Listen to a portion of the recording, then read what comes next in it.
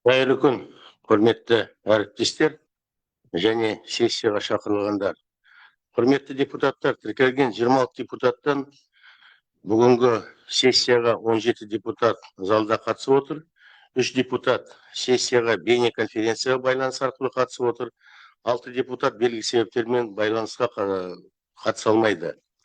Осыған орай 8 шақырылған облыстық мәслихаттың кезектен тыс 31-ші сессия ашық деп жариялауға рұқсат етуіңіздерін сұраймын. Қатысу депутаттарының саны сессия өткізуге жеткілікті, кворум бар. Сондықтан біз сессия жұмысын бастауымызға болады.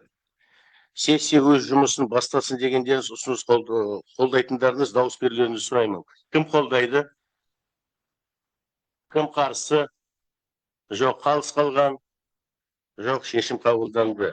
Сессия жұмысына Ұлытау облысының әкімі Дастан Адайұлы Рысбеков, облыс әкімі орынбасарлары, аппарат басшысы, облыстық басқармалардың басшылары, Ұлытау облысының және қала аудан әкімдері, сондай-ақ қала аудан мәслихат төрағалары қатысып отыр. Күн тәртібінде 11 сұрақ қаралады. Күн тәртібі шешімі жобасы қолдарыңызда бар.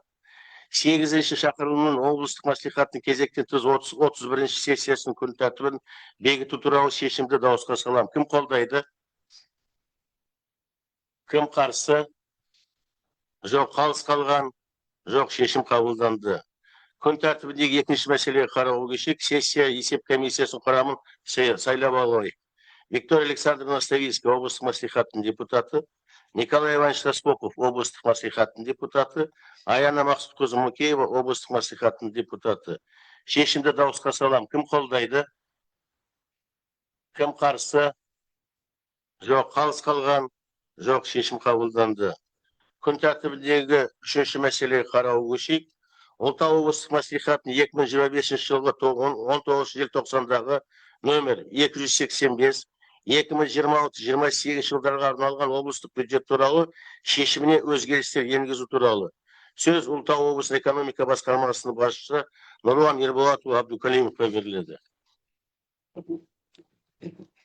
Құрметті Дастан Адайұлы, құрметті Бауыржан Қабденұлы, құрметті комиссия мүшелері, әріптестер. Облыстық бюджеттің нақтылау бос қалдықтар және ішкі ауысым есебінен жүргізіледі. Бағытталатын жалпы қаражат көлемі 9,1 миллиард теңгені құрайды. Оның ішінде бюджетке қайтарылатын қаражаттар 5,7 миллиард теңге. Бос қалдық 2,7 миллиард теңге. Облигациялық қарыздар 698 миллион теңге. Жалпы бюджетті нақтылауға бюджеттік бағдарламалар әкімшілерінен 62,4 миллиард теңгеге бюджеттік өтінім келіп түсті. Бюджеттік заңнама талаптарын ұстана отырып, жалпы сомасы 53,3 миллиард теңгені құрайтын бюджеттік өтінім кері қайтарылды. Бюджеттік бағдарламалар әкімшілеріне барлығы 9,1 миллиард теңге бөлуге жатады және келесідей мақсаттарға бағытталады. Әлеуметтік сала 3,4 миллиард теңге, көлік және коммуникация 1,1 миллиард теңге, цифрландыру 1,5 миллиард теңге, құрылыс 1,4 миллиард теңге, облыстық жұмылдыру дайындығы аумақтық және азаматтық қорғаныс 467 миллион теңге, энергетика және тұрғын үй коммуналдық шаруашылығы 407 миллион теңге. Ауыл шаруашылығы және ветеринария 323 миллион теңге, төтенше жағдайлардың алдын алу 115 миллион теңге, қоғамдық қауіпсіздік 54 миллион теңге, өзге де әкімшілік шығыстар 325 миллион теңге. Бұл ретте бюджет жобасында 698 миллион теңге сомасына облигациялық қарыздар есебінен тұрғын үй салу бойынша шығыстар ескерілді. 2026 жылға арналған облыстық бюджеттің көлемі енгізілген өзгерістерді, сондай-ақ нақтылау шеңберінде жүргізілген бюджеттік түзетулер мен резерв сомаларын ескере отырып, 175,1 миллиард теңге көлемінде белгіленді. Баяндама аяқталды. Рахмет. Құрметті әріптестер, кеше бұл мәселені тұрақты комиссия талқыладық. Баяндамашы сұрақтарыңыз бар ма? Сұрақтарыңыз жоқ болса, шешімді дауысқа салам. Кім қолдайды? Кім қарсы? Жоқ, қалыс қалған? Жоқ, шешім қабылданды. Күн тәртібіндегі 4-ші мәселеге қарауға көшейік. Ұлытау облыстық мәслихатының 2025 жылғы 19 желтоқсандағы нөмір 287 Ұлытау облысының 2026-2030 жылдарға арналған даму жоспарын бекіту туралы шешіміне өзгеріс енгізу туралы сөз Нұрлан Ерболатұлы, жалғастыра беріңіз. Облыстардың, аудандардың даму жоспарларын әзірлеу, іске асыру, оларға мониторинг және түзету жүргізу әдістемесіне сәйкес үкіметтің тапсырмаларын іске асыру қажет болған жағдайларда облыстың даму және инвестициялық жоспарына өзгерістер енгізуге жол беріледі. Бұл ретте 2026 жылғы 13 қаңтарда премьер-министрінің орынбасары Қанат Алдынбергенұлы Бозымбаевтың төрағалығымен өткен өңірлік саясат жөніндегі жобалық кеңес отырысында берілген тапсырмасын орындау мақсатында ауыл аманаты жобаларын Ұлытау облысының 2026-2030 жылдарға арналған инвестициялық даму жоспарына енгізу ұсынылады. Баяндама аяқталды. Рахмет. Кешегі тұрақты комиссияда бұл мәселені сұрақты талқыладық. Баяндамашы сұрақтарыңыз бар ма? Сұрақтарыңыз жоқ болса шешімді дауысқа салам. Кім қолдайды? Кім қарсы? Жоқ, қалыс қалған? Жоқ, шешім қабылданды. Келесі сұраққа қарауға көшейік. Ұлытау облысы мәслихатының 2022 жылғы 8 шілдедегі нөмір 4-22 Ұлытау облыстық бюджеттік комиссиясы құрамын бекіту туралы шешіміне өзгеріс енгізу туралы. Бұл мәселені кеше тұрақты комиссияда біз талқылағанбыз. Баяндамаушы сұрақтарыңыз бар ма? Комиссияның құрамы кадрлық өзгерістерге байланысты сол шешімге өзгерістер енгізуіміз керек. Сұрақтарыңыз жоқ па? Жоқ болса шешімді дауысқа салам. Кім қолдайды? Кім қарсы? Жоқ, қалыс қалған? Жоқ, шешім қабылданды.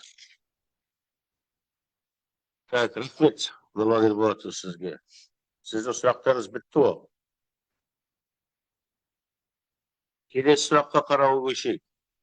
Ұлытау облыстық мәслихатының 2-ші сессиясының 2023 жылдығы 18 мамырдағы нөмір 25 Ұлытау облысының жасыл екпелерін жасау, күтіп баптау және қорғау қағидаларын бекіту туралы шешіміне өзгерістер енгізу туралы сөз Ұлытау облысының энергетика және тұрғын коммуналдық шаруашылық басқармасының басшысы Алмас Әлімбекұлы Жандарбековке беріледі.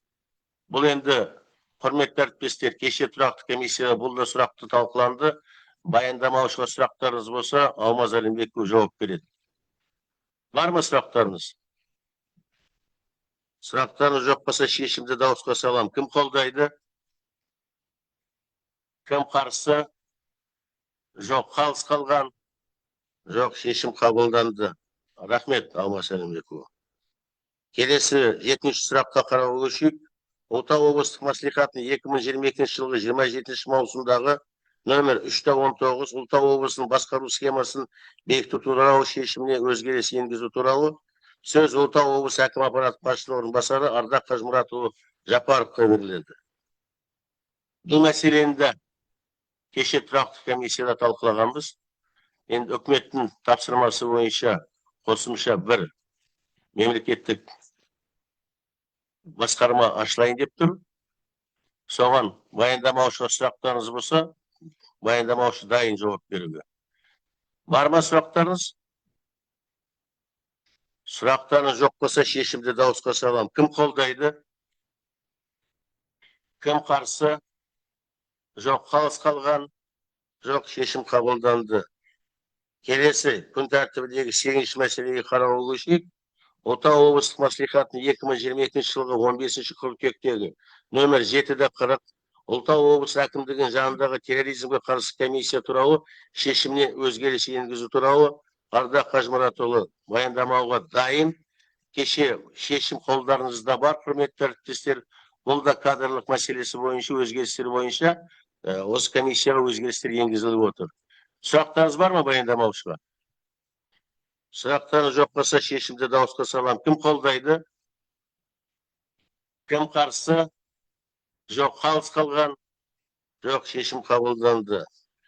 Күн тәртібіне 9-шы мәселеге қарауға көшейік. Ұлытау облыстық мәслихатының 3-ші сессиясының 2023 жылғы 16 маусымдағы нөмір 37 Ұлытау облыс бойынша сыбайлас жемқорлыққа қарсы іс-қимыл мәселелері жөніндегі өңірлік комиссиясы құрамын бекіту туралы шешіміне өзгеріс енгізу туралы. Ардақ Қажмұратұлы баяндамаға дайын, кеше тұрақты комиссияда бұл мәселені көтергенбіз. Бұл да кадрлық өзгерістер бойынша комиссия мүшелеріне өзгеріс енгізу туралы. Сұрақтарыңыз бар ма, баяндаушыға? Сұрақтарыңыз жоқ болса, шешімді дауысқа салам. Кім қолдайды? Кім қарсы? Жоқ, қалыс қалған? Жоқ, шешім қабылданды. Күн тәртібінде 10-шы мәселеге қарауға көшейік.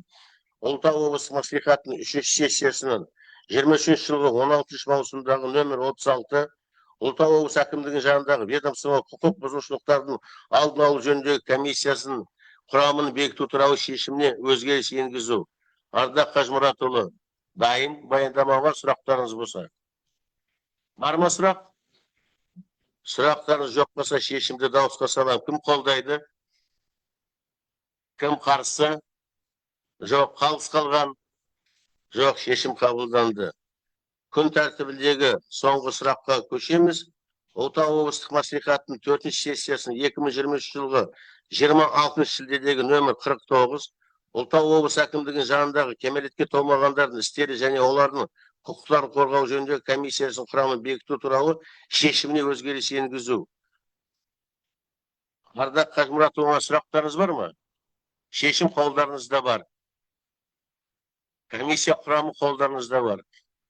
Сұрақтарыңыз жоқ болса, шешімді дауысқа салам. Кім қолдайды? Кім қарсы? Жоқ, қалыс қалған? Жоқ, шешім қабылданды.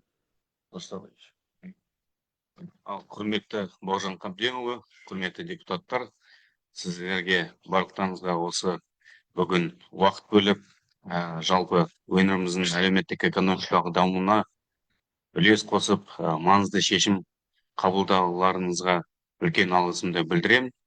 Енді атқарушы билік пен өкілді орган арасындағы өзара түсіністік пен бірлескен жұмыс ол өңір тұрақтылығының және нақты нәтижелерінің кепілі. Қабылданған әрбір шешімнің артында халықтың аманаты тұрғанын бәріміз жақсы білеміз. Сіздерді халықтың өкілі болғасын, біз әрбір ұсыныстарыңызды мұқият қарастырып, тиісті шешім қабылдаймыз. Әрбір жаңа жоба, қажетті шараларды біз қарастырып, соған қосымша қаражат бөлдік. Енді біздің барлығымыздың ортақ мақсатымыз тұрғындардың өмір сапасын арттыру, экономиканы әртараптандыру және жаңа жұмыс орындарды құру. Алдағы уақытта да өзара сенім мен жауапкершілікке негізделген серіктестігіміз жалғасады деп сенімдімін. Өңірдің әлеуетін тиімді пайдаланып, жаңа жобаларды іске асыруда бірлесе ары қарай жұмыс істейміз. Бірлігіміз бекем болса, облысымыздың даму қарқынды, келешегі жарқын болады деп сенемін. Барлықтарыңызға рахмет. Құрметті әріптестер, облыстық мәслихаттың 31-ші сессиясының күн тәртібіне енгізілген бұл бүкіл сұрақтар қаралды, шешім қабылданды. Маған сұрақтарыңыз бар ма? Сұрақтарыңыз жоқ болса, осымен сессия жабық деп жарияланады.